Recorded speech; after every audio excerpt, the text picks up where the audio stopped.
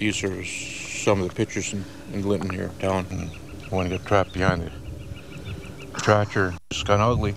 Pictures are all that's left of more than half of Leroy Materi's cattle. They were wiped out by ice chunks from Beaver Creek during some of the worst overland flooding in Linton's history. It was scary because the ice chunks were coming.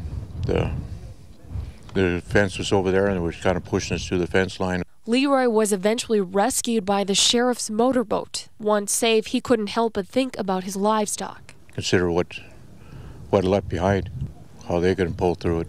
They couldn't lay down. There was no water, no dry place to lay down. But I did help one heifer, but I couldn't. There was no dry place to put it, so I had to let it go.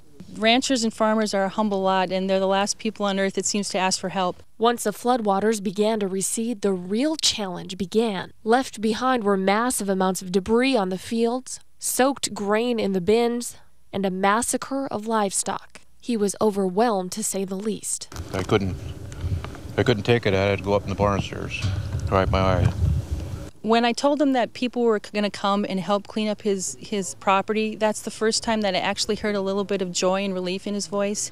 Like, okay, maybe I can get through this. Leroy's cousin and daughter applied to farm rescue, and now the troops are here in time for spring planting.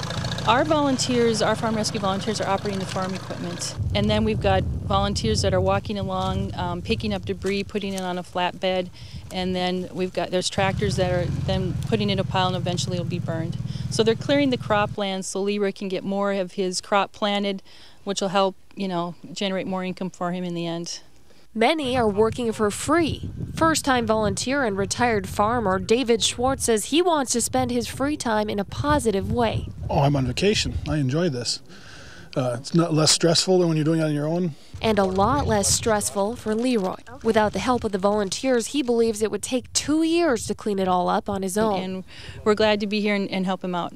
There's light on the end of the tunnel.